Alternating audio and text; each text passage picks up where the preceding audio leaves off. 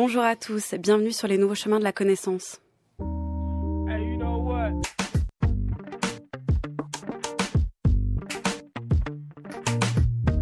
Les nouveaux chemins sont parcourus tous les jours par Antoine Ravon, Marianne Chassor, Samuel Legendre, Colomba Grossi, Tristan Grenassia et Adèle Van Red, bien sûr, que vous retrouverez très bientôt. À la lecture des textes cette semaine, Jean-Louis Jacopin. À la réalisation, Mydia Portis-Guérin, avec à la prise de son aujourd'hui, Jean-Guilain Meige. Ils sont fous, ces Romains.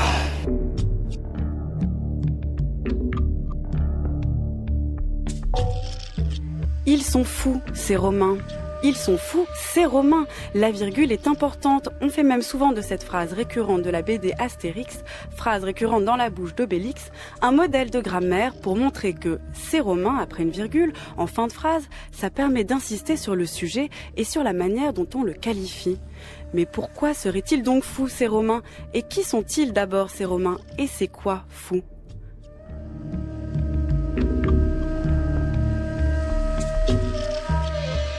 Peut-être sont-ils fous, ces Romains, d'abord parce que, comme on l'a vu hier avec Florence Dupont, Rome, enfin plus précisément le récit, qui n'en est pas tout à fait un, l'Énéide de Virgile, qui raconte les débuts de Rome, raconte en fait une non-fondation, celle d'une ville peut-être mythique, mais sans origine. Ensuite, parce que comme on le verra demain, avec les mémoires d'Adrien de Marguerite Yourcenar, Rome, c'est le centre d'un empire sans frontières, qui va pourtant continuer de grandir en arrêtant de conquérir. Enfin, et ce sera jeudi, parce que Rome, et c'est Fellini qui nous le révèle, c'est le seul décor de cinéma dans lequel on peut se réjouir de danser dans des ruines.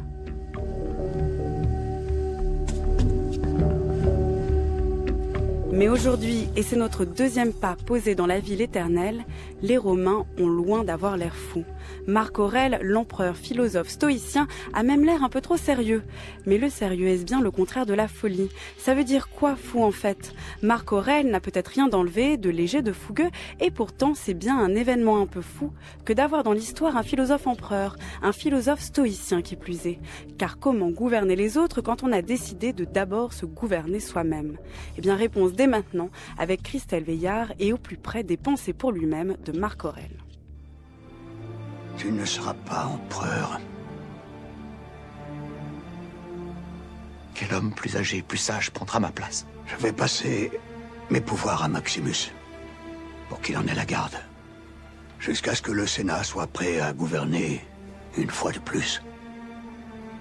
Rome va être une république à nouveau. Maximus. Oui.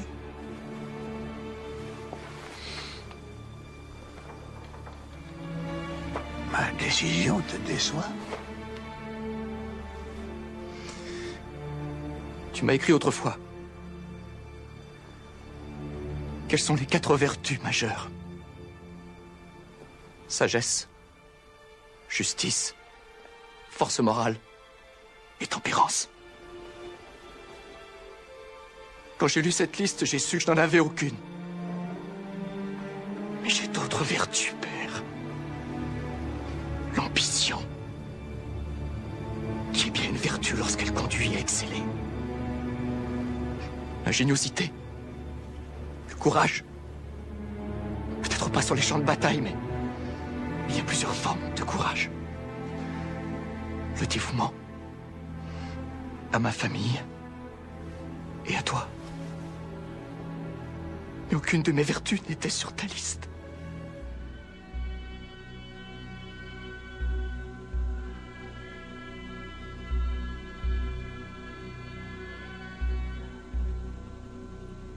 Les dogmes des pensées ne sont pas des règles mathématiques reçues une fois pour toutes et appliquées mécaniquement. Ils doivent devenir en quelque sorte des prises de conscience, des intuitions, des émotions, des expériences morales qui ont l'intensité d'une expérience mystique, d'une vision. Mais cette intensité spirituelle et affective se dissipe très vite. Pour la réveiller, il ne suffit pas de relire ce qui a déjà été écrit. Les pages écrites sont déjà mortes. Les pensées ne sont pas faites pour être lues. Ce qui compte, c'est de formuler à nouveau. C'est l'acte d'écrire, de se parler à soi-même, dans l'instant, dans tel instant précis où l'on a besoin d'écrire. Et c'est aussi l'acte de composer avec le plus grand soin, de chercher la version qui, sur le moment, produira le plus grand effet, en attendant de se faner presque instantanément, à peine écrite. Les caractères tracés sur un support ne fixent rien, tout est dans l'action d'écrire.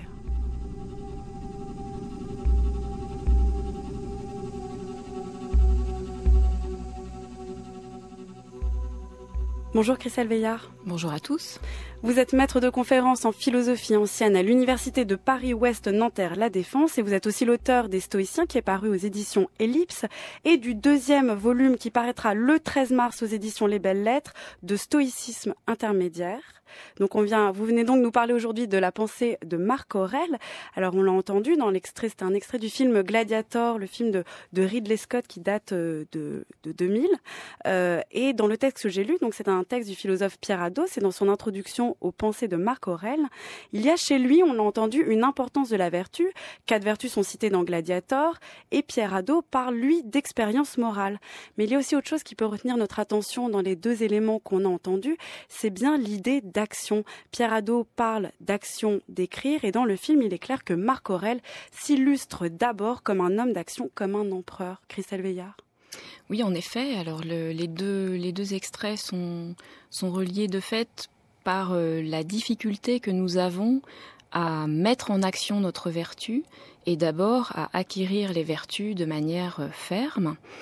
Tout le problème de la transmission de la vertu, celle de Marc Aurèle à son fils Commode. Comme on l'a entendu dans l'extrait. Voilà, comme on l'entend dans l'extrait, c'est que Marc Aurèle était évidemment pas sage, mais possédait un très grand nombre de vertus, tandis que Commode s'est signalé par une conduite vraiment très vicieuse ou désordonnée en tout cas, et qui l'a conduit à des forfaits multiples.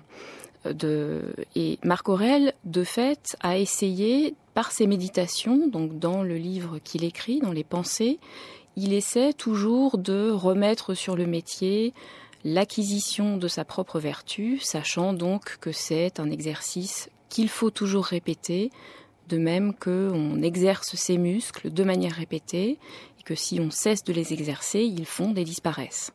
Et l'objectif de la méditation, c'est précisément de rendre toujours vivante en soi la vertu que l'on peut ensuite exercer. Est-ce qu'on peut parler avec Marc Aurèle d'une vie philosophique ?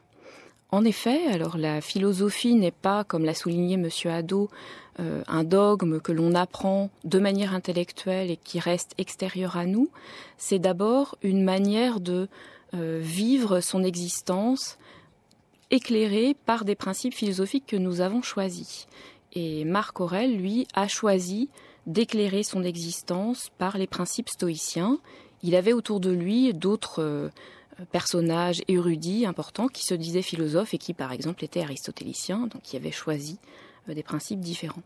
Et pourquoi le stoïcisme pourquoi a-t-il choisi le stoïcisme ? Enfin, si on peut répondre à cette question, mais en quoi le stoïcisme permettait, selon Marc Aurèle, de gouverner d'une certaine manière, de vivre d'une manière plus appropriée qu'une autre philosophie ? Alors ça, c'est une question effectivement très, très compliquée. Et les éléments qu'on peut indiquer, c'est que sans doute, il a rencontré le stoïcisme en rencontrant des maîtres de philosophie. Alors qui sont-ils ? Présentez-nous un petit peu la vie justement de Marc Aurèle et son parcours. Alors son premier contact avec la philosophie se fait par l'intermédiaire d'un personnage qui s'appelle Diognète, qui manifestement était son maître de dessin et qui avait l'air de pratiquer une philosophie plutôt cynique, donc d'austérité, qui a conduit Marc Aurèle, à l'âge de 12 ans, à choisir le vêtement philosophique cynique, donc le pallium, le manteau grossier, et qui l'a conduit aussi à dormir par terre sur une paillasse, au grand désespoir de sa mère, qui essayait à toute force de le remettre dans son lit. Donc ça, c'est son premier contact avec la philosophie. C'est une philosophie un peu ostentatoire, c'est-à-dire je montre que je suis philosophe, par un habillement particulier, par des conduites austères et de frugalité. Ensuite, évidemment, son rapport à la philosophie s'est complexifié, en particulier lorsqu'il a rencontré donc Junius Rusticus, qui faisait profession de philosophie stoïcienne et qui l'a rallié manifestement à donc une théorie complète, un système du monde complet, et qui l'a détourné des conduites éventuellement ostentatoires qui pouvaient aussi déplaire au peuple et qui pouvaient être contraires à sa fonction d'empereur. Donc il a trouvé en réalité dans le stoïcisme une manière de concilier aussi ses fonctions et puis des principes philosophiques pour lesquels il n'a jamais dérogé ou desquels il essayait de ne jamais déroger. Mais on voit comment la philosophie, précisément le stoïcisme, a aidé d'une certaine manière Marc Aurèle à être empereur, mais inversement, est-ce qu'on peut véritablement parler de Marc Aurèle comme d'un philosophe ? Alors, on peut parler de Marc Aurèle comme d'un philosophe, puisque la conception antique de la philosophie, c'est justement non pas l'écriture d'un système philosophique, par exemple comme Kant l'a fait, non pas l'écriture de textes philosophiques qui vont ensuite se transmettre pour être enseignés, mais vraiment la pratique même de la philosophie, l'intégration de l'élément philosophique comme un élément essentiel dans l'existence, dans la pratique de l'existence. Et donc, Marc Aurèle remplit ces conditions-là, et tout le monde le perçoit comme un philosophe. Mais à la différence d'un philosophe comme Épictète, dont il s'inspire en particulier, les pensées pour soi-même, parce que c'est bien de ça dont on va parler et qu'on va écouter plus précisément tout à l'heure, les pensées pour soi-même de Marc Aurèle n'ont rien d'une doctrine, alors que par exemple Épictète donnait un enseignement peut-être pas écrit, mais il professait d'une certaine manière, alors que Marc Aurèle gouvernait. Alors Marc Aurèle essayait de faire les deux, disons, d'être à la fois empereur et philosophe, et nous avons quelques éléments de sa correspondance qui indiquent son désespoir devant le temps qui lui manque pour faire de la philosophie, lire de la philosophie et réfléchir plus profondément aux principes théoriques de sa philosophie, puisqu'il est empêché par ses tâches d'empereur.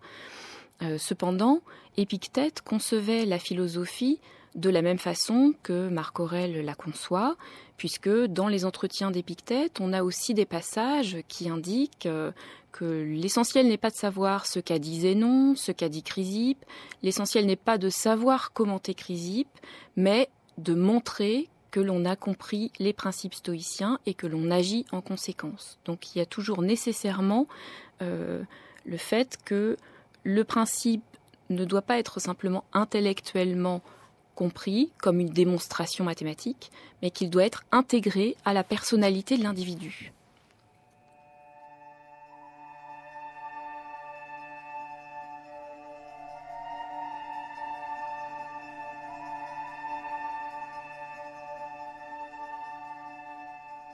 Si tu t'affliges pour une cause extérieure, ce n'est pas elle qui t'importune, c'est le jugement que tu portes sur elle.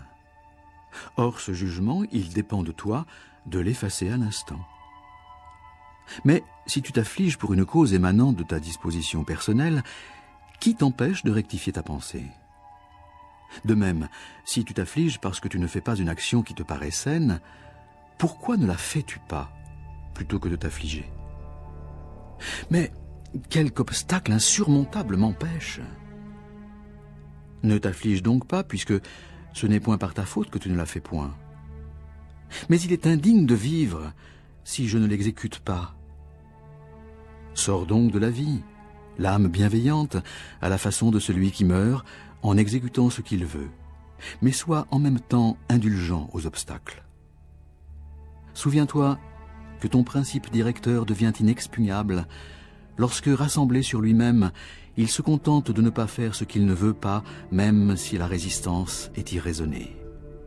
Que sera-ce donc alors lorsqu'il se prononcera sur un objet avec raison et mûr examen?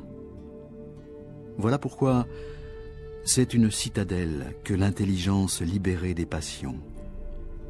L'homme n'a pas de position plus solide où se réfugier et rester, désormais imprenable.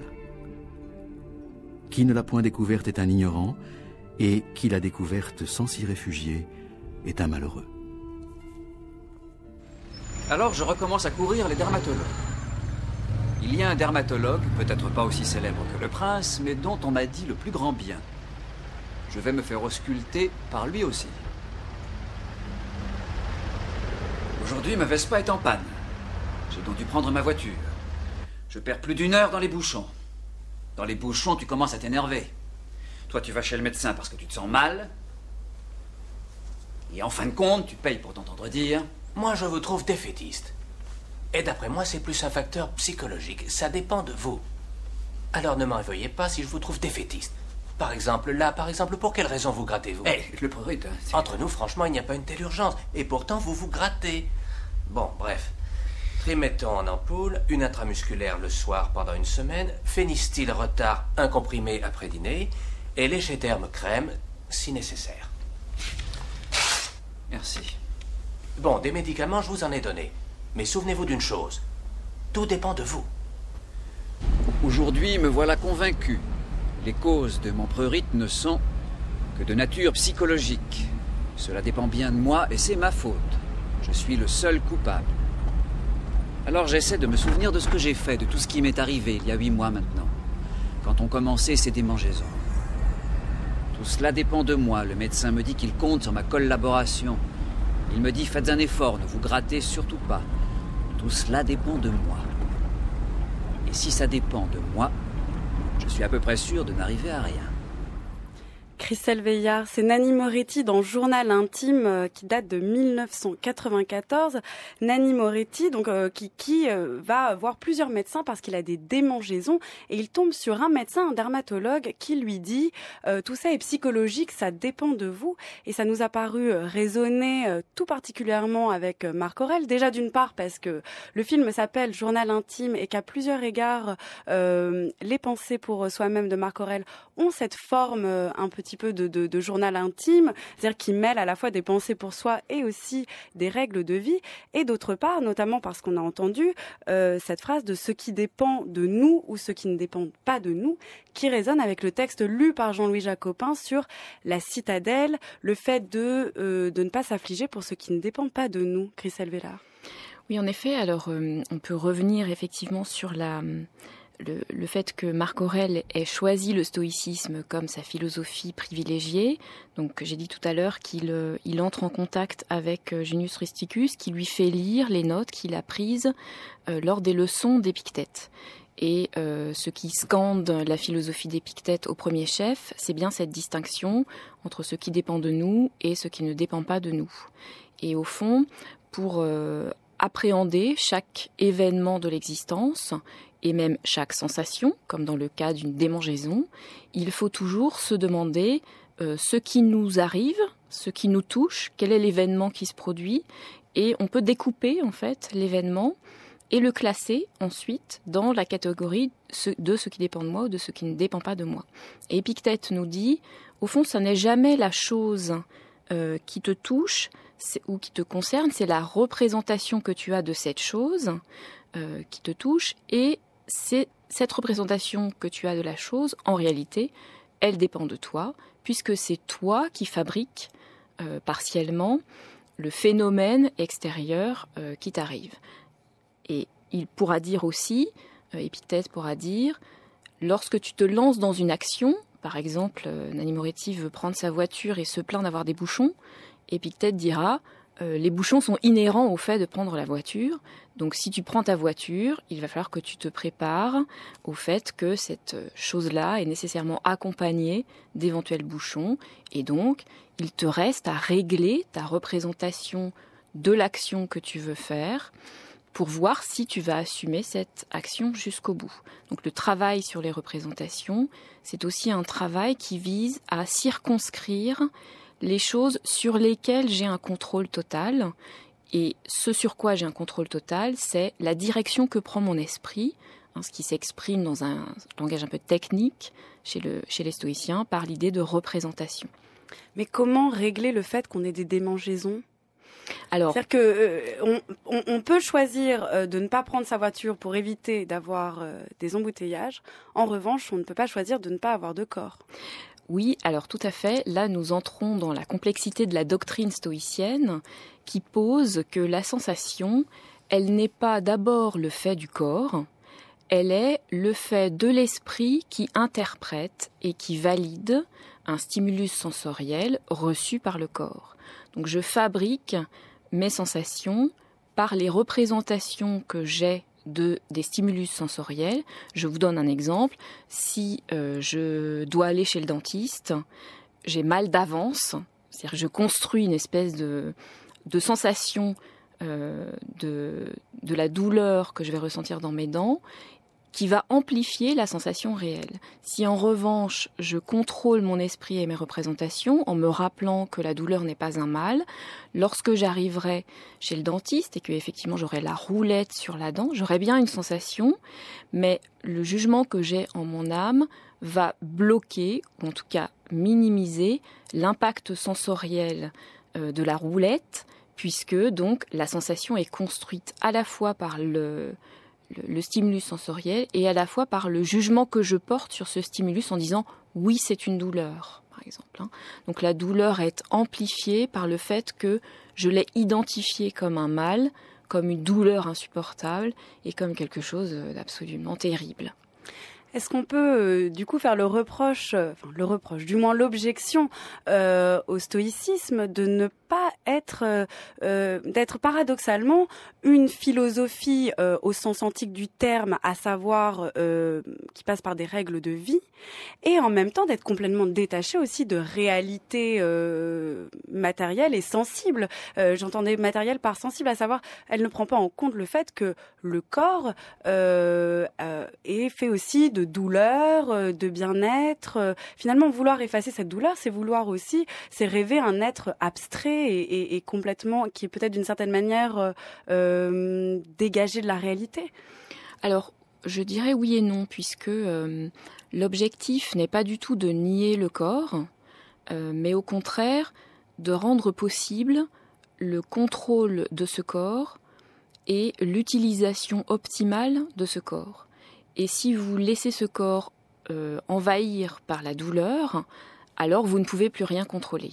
Et vous laissez déborder par quelque chose qui finalement va vous échapper. L'objectif du stoïcisme, c'est bien, il ne pense pas du tout de dissociation entre le corps et l'âme, c'est une philosophie vraiment d'homogénéité, où il faut justement faire fonctionner ensemble le corps et l'âme, et par le biais de la représentation et du contrôle des représentations, parvenir à s'approprier son corps, mais faire de ce corps un élément que je maîtrise complètement et qui ne va pas faire obstacle à ce que je suis. Alors il est vrai que si l'on regarde de près les pensées de Marc Aurèle, il est vrai que l'objectif, c'est tout de même de rejoindre le plus qu'il est possible une espèce d'idéal de moi abstrait, purement rationnel, détaché de toutes les passions, de toutes les sensations qui pourraient faire obstacle, et donc éventuellement, donc c'est l'objection qu'on peut soulever, ou ce dont on peut discuter, éventuellement se détacher aussi de tous les individus qui pourraient nous faire obstacle, de toutes les affections qui pourraient gêner notre action et notre possibilité d'accéder à la vertu. Donc le reproche qui est souvent fait, l'objection qui est souvent faite au stoïcisme, c'est de proposer un idéal solitaire, absolu, purement rationnel, en niant la capacité de sociabilité ou d'affection qui est nécessaire à l'humanité. En réalité, lorsque l'on regarde les textes de vraiment près, et c'est ce qu'on voit dans les pensées de Marc Aurèle, on voit qu'il y a un effort pour comprendre tous ces éléments-là qui sont vraiment le fait d'un homme. Un homme sans affection, un homme sans sociabilité, ça n'est pas un homme complet. Il y a revenons sur le texte qu'on a entendu, qui est donc extrait du livre 8 des pensées pour moi-même. Il est question d'une citadelle. Voilà pourquoi c'est une citadelle que l'intelligence libérée des passions, je cite précisément. Il y a une véritable confiance de Marc Aurèle dans la puissance de l'individu et dans cette intelligence finalement. Mais quand on a entendu par contre l'extrait de Journal intime de Nanni Moretti, si on se dit que tout dépend de nous, que tout dépend de nous, on peut aussi très bien dire que on n'arrive à rien. D'où vient cette confiance dans cette citadelle manuel que l'on doit accorder à notre intelligence qui pourrait se libérer des passions ? Alors, tout dépend de nous, non. Ce qui dépend de nous, ce sont nos événements psychiques intérieurs, au premier chef nos jugements et notre faculté à nous représenter les événements. Notre faculté à assentir aussi aux événements. C'est cela qui fait que nous sommes effectivement des sphères autonomes qui sommes capables de nous mettre, de nous placer au-dessus des événements et de nous en abstraire si jamais, justement, nous arrivons à la conclusion que nous ne pouvons rien y changer. Ce que dira Marc Aurèle ou Épictète, c'est qu'il faut justement déterminer, tout le travail, c'est de déterminer dans quelle situation je ne peux rien faire et donc je dois m'abstraire de la situation, et dans quelle situation, en revanche, il est de mon devoir d'intervenir. Donc toute la difficulté de l'exercice de la vertu, c'est ça. Identifier quelles sont les actions dans lesquelles je peux et même je dois intervenir. Et est-ce que ces pensées pour soi-même sont aussi une sorte de manuel, comme le manuel d'Épictète, à savoir est-ce que Marc Aurèle dégage les critères pour définir les situations où on pourra faire cette distinction entre ce qui dépend de nous et ce qui ne dépend pas de nous ? Alors je crois que les pensées sont un exercice intime que fait Marc Aurèle pour travailler sur une âme qu'il juge imparfaite, qui de fait l'est toujours, et le travail est toujours à refaire d'une certaine façon. Et il fait fonctionner les principes qu'il a hérités d'Épictète, donc certaines techniques rhétoriques, certains principes ou certains dogmes fondamentaux qu'il va faire un peu tourner dans une espèce de mécanique intellectuelle pour arriver à pas forcément répondre à une situation pratique particulière, mais en tout cas renforcer sa capacité de juger droit. Et du coup, est-ce qu'il propose des recettes nouvelles ? Il propose des outils techniques nouveaux. Par exemple, pour affronter la mort, il faut diviser la notion à l'infini, ou plutôt avoir une définition physique de la chose. Qu'est-ce que c'est que la mort ? Je veux dire, c'est la dissociation des éléments qui me composent, le retour à leur état initial, et il n'y a aucune valeur quelconque à attacher à ce phénomène physique qui doit rester neutre. Donc l'idée, c'est en revenant à la définition physique des choses, neutraliser le pouvoir affectif qu'elles pourraient avoir sur nous. Et en suivant les pas d'Épictète cette fois, il dit « Nous allons commencer par les petites choses, je vais m'entraîner sur des petites choses, et ensuite je vais pouvoir appliquer cette disposition d'esprit aux grandes choses. Par exemple, j'ai cassé ma tasse ce matin, qu'est-ce qui s'est passé ? Eh bien, de la terre est partie en morceaux, ou la faïence s'est brisée en morceaux, la tasse n'existe plus, mais voilà, ça n'est pas un mal. De la même façon, si mon enfant meurt, que se produit-il ? C'est un phénomène naturel de dissociation des éléments, etc. Vous voyez qu'on applique un schéma à des choses de plus en plus complexes, en maintenant l'idée qu'il faut neutraliser donc la valeur affective ou revenir à une valeur axiologique neutre de ces événements-là. D'où le reproche finalement aussi d'une pensée insensible. Parce que analyser la mort d'un enfant, autant une tasse cassée, je ne m'énerve pas parce que ma tasse est cassée ce matin, d'accord, ça va. Je ne m'énerve pas parce que mon enfant est mort. Il y a quand même un problème de hiérarchie. Alors la position des stoïciens est assez subtile et je crois au fond efficace, même si ça paraît horrible de le dire comme ça, puisque ils expliquent que cette manière de neutralisation de l'affectif sur nous, c'est aussi la seule manière que nous ayons de nous comporter de manière droite envers ceux qui restent. Par exemple, si je suis anéantie par la mort de mon enfant, alors je vais délaisser les enfants qui restent, ou bien je vais délaisser mes parents, ou ceux qui auraient besoin de mon soutien. Donc, c'est une manière aussi de continuer justement à prodiguer son affection ou ses devoirs d'affection envers les êtres de manière appropriée, toujours convenable, et c'est ce que ne permet pas la conduite passionnelle. 1 milliard. De lire ? Non, de francs. Exactement 1,150 milliard de francs. D'accord. Qu'est-ce que vous voulez savoir d'autre? Si je souhaite pas Vous souhaitez pas quoi? hériter, si je renonce. Si je le laisse à ma mère, à ma sœur, à mon frère. Pourquoi vous renonceriez? Je sais pas. Les gens vont penser que c'est de l'argent honteux, de l'argent infamant. Si je veux pas, si je peux pas, j'ai bien le droit de pas vouloir être riche. Dépensez-le. Nous les femmes, on aime bien dépenser. Achetez-vous des habits. Il suffira de dépenser chaque jour 1 milliard divisé par 60 ans, divisé encore par 365, ça fait 300 000 francs à dépenser Alors, par je jour. vais à la banque et je le prends en liquide. Je le mets dans le coffre, sur le capot, partout dans ma voiture et je le distribue dans la Moi, rue. si j'avais votre argent, j'ouvrirais un hôpital en Afrique. C'est pas compliqué d'ouvrir un hôpital en Afrique.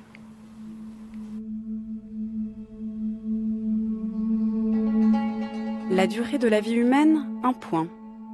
Sa substance, fuyante. La sensation, obscure. Le composé corporel dans son ensemble, prompt à pourrir. L'âme, un tourbillon. Le sort, difficile à deviner. La réputation, incertaine. Pour résumer, au total, les choses du corps s'écoulent comme un fleuve. Les choses de l'âme ne sont que songes et fumées. La vie est une guerre et un séjour étranger. La renommée qu'on laisse, un oubli. Qu'est-ce qui peut la faire supporter? Une seule chose, la philosophie. Elle consiste à garder son démon intérieur à l'abri des outrages, innocent, supérieur au plaisir et aux peines, ne laissant rien au hasard, agissant sans feinte ni mensonge, n'ayant nul besoin qu'un autre fasse ou ne fasse pas telle action, acceptant les événements et le sort, dans la pensée qu'il vient de là-bas, d'où il vient lui-même, et surtout, attendant une mort propice à la pensée.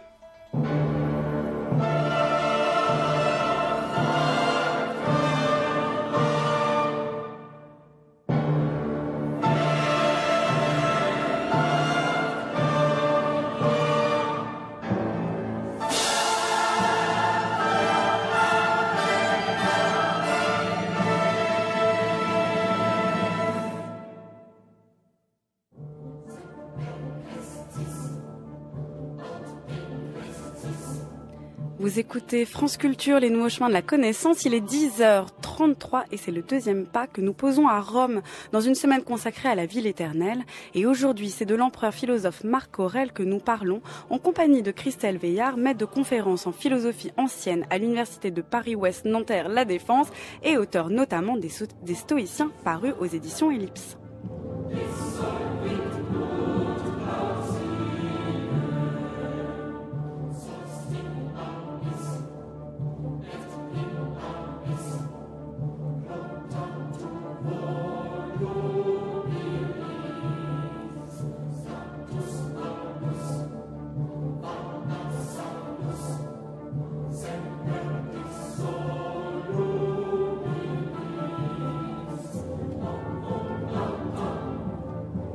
Christelle Veillard, on a entendu un extrait du film « Il est plus facile pour un chameau » de Valeria Bruni-Tedeschi, film qui date de 2003.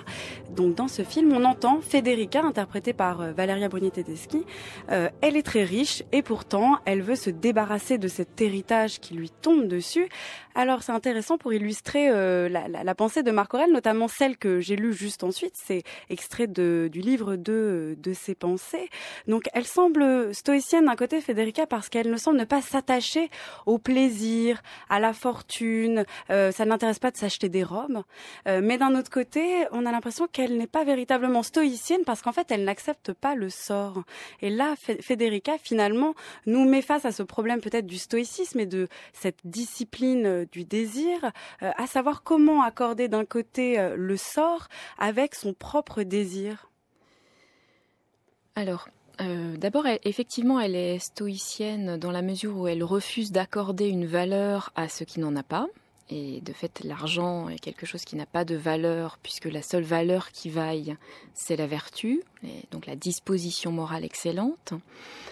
elle n'accepte pas le sort, et ça, en revanche, ça ne serait pas stoïcien dans le sens où, comme nous l'enseigne Marc Aurèle dans le premier livre des Pensées, il faut en premier lieu rendre grâce de ce que nous avons reçu, des maîtres que nous avons eus, des parents que nous avons eus, et de ce que le sort donc nous a réservé, quelque chose qui effectivement ne dépend pas de nous et nous échappe complètement. À chaque fois, ce que dit Marc Aurèle, c'est qu'il faut faire de chaque chose une occasion d'exercer sa vertu et non pas de le concevoir comme un obstacle. Donc je vais l'accepter, et même si cela m'apparaît comme un obstacle, comme ici on pourrait dire c'est un coup de malchance que l'on me donne d'un coup autant d'argent, puisque je vais peut-être développer des propensions au vice, je vais devenir orgueilleux, vantard, etc. Et Marc Aurèle dirait, il faut faire de ce qui apparaît à première vue un obstacle une occasion de l'action, effectivement, comme le suggère l'autre personnage, peut-être ouvrir un hôpital en Afrique, ou en tout cas distribuer cet argent à ceux qui en ont besoin, ou ouvrir, comme l'a fait Marc Aurèle, des institutions pour protéger les orphelins, pour éduquer les jeunes filles. Ça, c'est quelque chose qui lui tient à cœur, effectivement, faire le bien dans le monde pour faire que le monde soit plus harmonieux. Comment on pourrait définir ce qu'on appelle chez Marc Aurèle la discipline du désir? Alors peut-être qu'il faut même revenir sur cette idée de discipline du désir, Christelle Veillard. Alors, la discipline du désir, donc c'est effectivement une grille de lecture que Pierre Hadot a tirée de l'enseignement d'Épictète et qu'il a appliquée aux pensées de Marc Aurèle, donc discipline du jugement, discipline du désir et discipline de l'impulsion à l'action. Cette grille de lecture est effectivement assez pratique dans un grand nombre de textes. Elle peut aussi masquer d'autres spécificités du texte ou d'autres techniques qui sont mises en œuvre par Marc Aurèle. Et ici, on pourrait dire ce qui est dans le texte que vous avez lu, en tout cas, la vie n'est qu'un point. La substance est fuyante, voilà, la sensation obscure. Voilà, ça c'est vraiment un trait très important de la pensée de Marc Aurèle, une espèce de pessimisme, de la fuyance. Tout est déliquescent en fait, tout s'enfuit, tout s'écoule. Et ça, on peut le décrire comme un effort pour fixer son désir sur des objets stables. Effectivement, et le seul objet stable sur lequel on se fixe, c'est la philosophie, comme le dit la fin du texte, et en particulier la vertu. Ou bien, donc on peut le décrire comme une technique rhétorique qui est employée par Marc Aurèle pour travailler sur ses propres représentations et, comme j'avais commencé à le dire tout à l'heure, donc attribuer une valeur aux choses en revenant à leur définition et même en tirant à l'extrême leur définition physique, c'est-à-dire en réduisant certaines choses à l'insignifiance. Par exemple, qui suis-je moi, Marc Aurèle? Je suis empereur. En fait, ça n'est rien, puisque tous les empereurs avec moi sont morts et ont déjà été oubliés. Donc c'est cet exercice-là de replacer les choses dans le contexte cosmique à travers les générations qui permet aussi de neutraliser, encore une fois, une perception fausse que nous pourrions avoir sur ce type d'objet. C'est-à-dire, j'ai l'impression que c'est important d'être empereur. En réalité, il n'en est rien, puisque bientôt tous t'auront oublié, dit-il. Mais ça, c'est important de le dire parce que le stoïcisme, chez Marc Aurèle, en tout cas, se définit par un certain rapport au cosmos, à savoir l'individu prend place au sein d'un univers réglé, rationnel, qui est à l'opposé d'ailleurs d'une conception épicurienne de l'univers qui serait plutôt celle du chaos, de l'irrationalité. Mais on se pose la question, par rapport d'ailleurs au texte qu'on a entendu tout à l'heure, avec cette idée de citadelle, c'est que l'individu apparaît comme une sorte d'îlot de liberté au milieu de cette nécessité. Comment on articule alors dans le stoïcisme le fait d'avoir une certaine liberté dans le fait de pouvoir se régler soi-même et avec le fait que tout est déterminé autour de nous. Donc finalement, à quoi ça sert de vouloir suivre une hygiène de vie, enfin d'avoir une hygiène de vie, de suivre des règles si finalement on est voué à mourir, le cosmos nous dépasse, on fait partie d'un ordre sur lequel on n'a pas la main. Alors, la réponse stoïcienne est assez simple en réalité. Elle dit que il faut comprendre que nous sommes une partie d'un tout, une partie qui doit jouer son rôle, qui n'a pas d'importance en tant que partie individuelle, disons, mais qui a une importance cruciale en tant que partie par rapport au tout. Et donc, elle doit jouer son rôle, absolument, donc consentir aussi aux événements qui se produisent. Par-dessus, vous avez raison de dire que ça pose un problème du point de vue de la disposition intérieure et de la vertu. Que se passe-t-il si jamais le monde va n'importe comment, si les lois sont injustes, s'il y a des guerres partout, des épidémies, etc. Comme c'est le cas d'ailleurs de Marc Aurèle, qui a eu un règne tourmenté. Voilà, donc c'est une série de catastrophes naturelles, de guerres, de pestes, etc. Donc que faire? Les stoïciens disent, et c'est ce qu'applique Marc Aurèle, ils disent il faut que tu t'aperçoives que toi, tu as un rôle particulier dans cette histoire, puisque tu es le seul à pouvoir comprendre, toi homme, doté d'une partie logique, tu es le seul à pouvoir comprendre qu'il y a un ordre du monde, qu'il y a une harmonie cosmique à défendre, et que tu dois faire exister le règne de la vertu dans cette harmonie cosmique. Il faut comprendre, en second lieu, que les événements qui se produisent, donc les pestes, les guerres, etc., si elles ont un impact terrible et très important sur la vie concrète des gens, en réalité, il faut comprendre que tous ces événements-là n'ont pas de véritable importance. Ce qui est important, c'est la manière dont on va vivre ces événements et ce que l'on en fait. Donc effectivement, je ne contrôle pas la chaîne des événements qui est déterminée par le destin. Par contre, ce que je contrôle, c'est ce que je fais, moi, de cette chaîne-là, ce que je montre à l'occasion de ces événements-là, et c'est exactement ce que s'efforce de faire Marc Aurèle, et c'est la seule chose qui importe, c'est-à-dire faire vivre des valeurs dans un monde dans lequel finalement seules les valeurs ont de l'importance et sont stables, comme il a dit. Tout le reste est fuyant. La seule chose qui soit stable, ce sont les valeurs morales et les dispositions morales et la manière dont on se comporte envers les autres individus, ce que l'on fait pour eux, etc.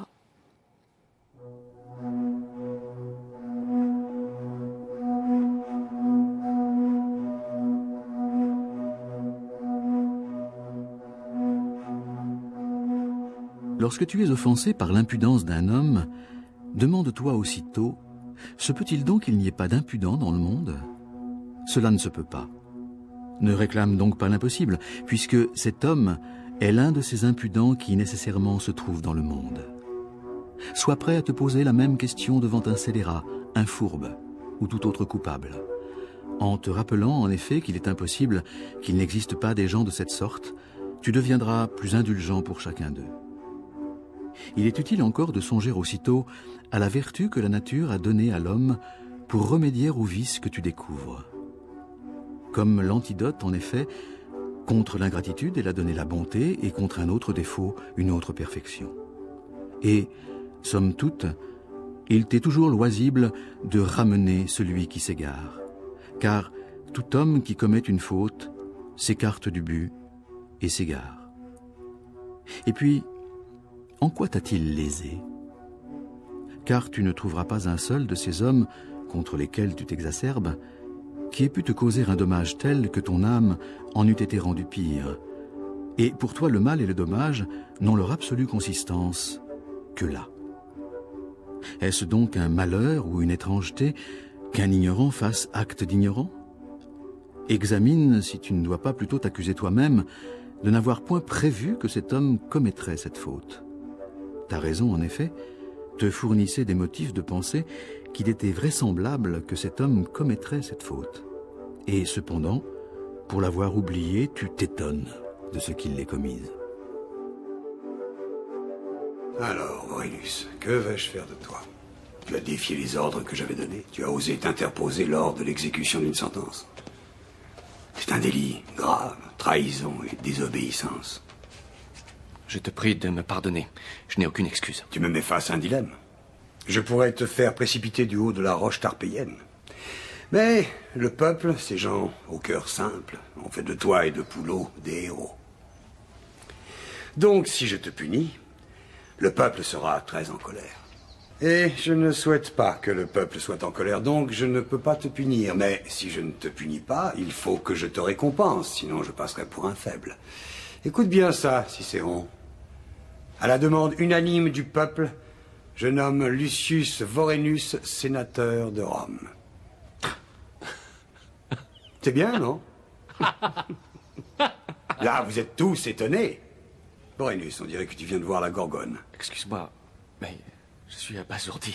Tu en dis quoi? Tu représenteras ton peuple au Sénat? Si tu penses que j'en suis digne, j'en serai très honoré. Oui, tu en es digne. Plus que n'importe qui, tu feras un excellent sénateur. Merci, César. Pardonne-moi, mais en tant qu'ami, je dois te parler. Je ne peux pas me taire, je proteste. Un vulgaire plébéien nommé au Sénat, ça va beaucoup trop loin. Sans vouloir t'offenser, Vorenus. Je ne souhaite pas en découdre avec toi, Cicéron. Je dois faire plaisir au peuple, d'une manière différente. Bâtis un autre temple, tu es un homme, le peuple est facile à contenter, mais pas ça. Je veux que siègent au Sénat les meilleurs hommes du pays, pas seulement les plus riches vieillards de Rome. Que demande le peuple au guet? Que demande le peuple? Des souliers pour danser au guet, des chansons pour chanter. Mazarin, dit-on, a dit ce fripon. Ils chantent, ils paieront. Non, non, non, pas de ça, nous chanterons, oui là, mais nous ne paierons pas. Que demande le peuple? On pourrait adresser cette question à Marc Aurèle. On a vu le stoïcisme de Marc Aurèle et une philosophie solitaire qui est certes tournée vers les autres et vers l'action, permet de comprendre sa place dans le monde et avec autrui, mais il reste quand même quelques questions, comme on l'a entendu dans l'extrait d'un épisode, c'est de la série Rome, où César nomme, pour faire plaisir au peuple, un plébéien, ce à quoi s'oppose Cicéron. Comment Marc Aurèle a-t-il pu articuler le fait de dire il s'agit de se rappeler qu'il est impossible qu'il n'existe pas des gens de cette sorte, à savoir des gens scélérats, fourbes, etc., avec le fait de gouverner parfois des gens qui sont comme ça? Marc Aurèle est effectivement souvent, comme on le voit dans ses pensées, irrité au plus haut point par la bêtise, la méchanceté de ses contemporains. Il n'est donc pas insensible, voilà. Il s'agace. Il s'agace et il était même très coléreux, donc très emporté. Dans sa jeunesse en tout cas, c'était un jeune homme très vivant, très impulsif, aux antipodes pratiquement de l'image très lisse qu'on en a gardée. C'est vraiment quelqu'un qui se bat aussi contre des impulsions premières qu'il a, et en particulier l'impulsion à la colère. Donc il est irrité souvent par l'incurie de ses contemporains, mais il se rappelle, donc c'est là où ce texte est vraiment très intéressant, il se rappelle que ça n'existe pas un monde sans abrutis, et qu'il faut bien prendre en compte ce paramètre si on veut faire quelque chose de cohérent de ce monde. Donc il faut prendre en compte qu'il y a quelqu'un qui va raisonner de manière incorrecte ou qui va être vicieux, mais ayant raisonné de cette façon, dit le texte qui a été lu, nous serons alors indulgents pour eux, puisque nous saurons qu'ils agissent en fonction des convictions qu'ils ont, des dogmes théoriques qu'ils ont. Par exemple, peut-être qu'ils pensent que l'argent est un bien, ou le pouvoir est un bien. Et il faut aussi prendre en compte leur caractère, donc leurs défauts. Et de ce fait, il y a une espèce de retournement dans le texte. C'est ta faute à toi, Marc Aurèle, si tu t'irrites de ce qu'un abruti agisse en abruti, parce que tu as oublié le paramètre qu'il est effectif, qu'il ne peut pas agir autrement que comme il agit, étant entendu ses convictions et la manière dont il raisonne. Donc, comment faire alors? Parce qu'il ne s'agit pas seulement de se le rappeler. Tout à fait. Comment faire alors? Il faut toujours... son premier principe, c'est surtout ne pas leur ressembler. Donc, maintenir soit une conduite droite et, contrairement à ce que fait César dans l'extrait qui a été diffusé, toujours appliquer la règle de la vertu. Donc, ne seront promus que ceux qui le sont parce qu'ils le méritent, parce qu'ils sont excellents, et non pas parce que justement je veux faire plaisir. Et Marc Aurèle a pris un certain nombre de mesures qui ont été très très mal reçues par le peuple, qui n'ont pas été comprises du tout par le peuple, précisément parce que lui, il a appliqué les règles de la vertu et les principes du stoïcisme. Donc ne pas leur ressembler. Ensuite, les traiter toujours avec indulgence, parce que l'on a compris qu'ils raisonnent comme cela, qu'ils sont appuyés sur de fausses valeurs, et la seule chose à faire, c'est de leur montrer qu'ils se trompent. Donc les corriger avec douceur, avec bienveillance, puisque toujours le stoïcisme articule la nécessaire excellence individuelle avec le devoir de montrer aux autres la voie et le devoir de chercher à réformer les contemporains. Donc effectivement, on va constater que certains sont perdus pour toujours, mais l'efficacité de l'exemple de vertu, elle est réelle. Et il faut toujours partir du principe que l'affection, la bienveillance, la douceur va marcher de façon plus efficace sur quelqu'un de vicieux plutôt que justement la violence ou la compromission. Une dernière question pourrait être celle de la supériorité de Marc Aurèle en tant qu'empereur philosophe. On a l'impression qu'il ne fait pas que gouverner les hommes, il les éduque finalement. Mais comment peut-il à la fois être supérieur à eux et en même temps, être à leur niveau et dire qu'il fait partie d'un monde comme le leur, parce que le cosmos, c'est d'abord la cité des hommes. Alors, la grande intelligence de Marc Aurèle, c'est justement de reconnaître qu'il n'est en rien supérieur, que lui aussi, il est sujet à ses accès justement de colère, à des hésitations terribles lorsqu'il a des décisions à prendre. Justement, il a envie que son action soit efficace, évidemment, et en même temps qu'elle soit très droite du point de vue des principes stoïciens, et souvent il hésite, il ne sait pas comment faire. Donc jamais il ne se décrirait comme un être supérieur. Donc il se sent vraiment l'un de ces sujets soumis aux mêmes hésitations, aux mêmes difficultés, et c'est ensemble justement qu'ils vont essayer de progresser, ou qu'ils veulent essayer de progresser.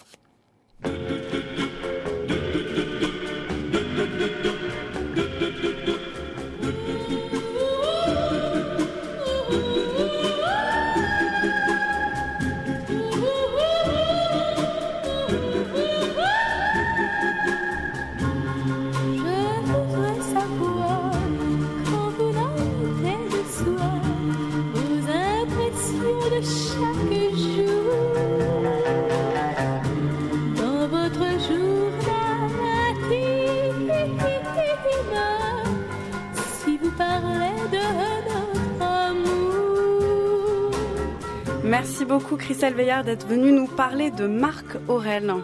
Merci à vous.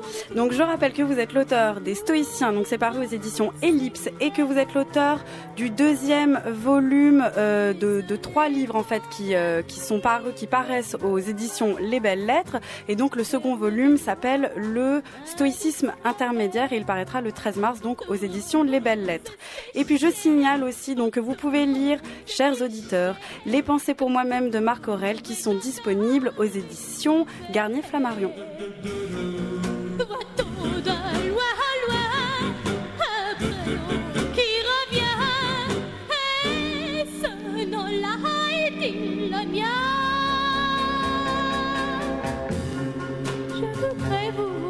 Je signale aussi juste avant qu'il y a une présentation de cet ouvrage qui paraît aux Belles Lettres dans la revue Transfuge.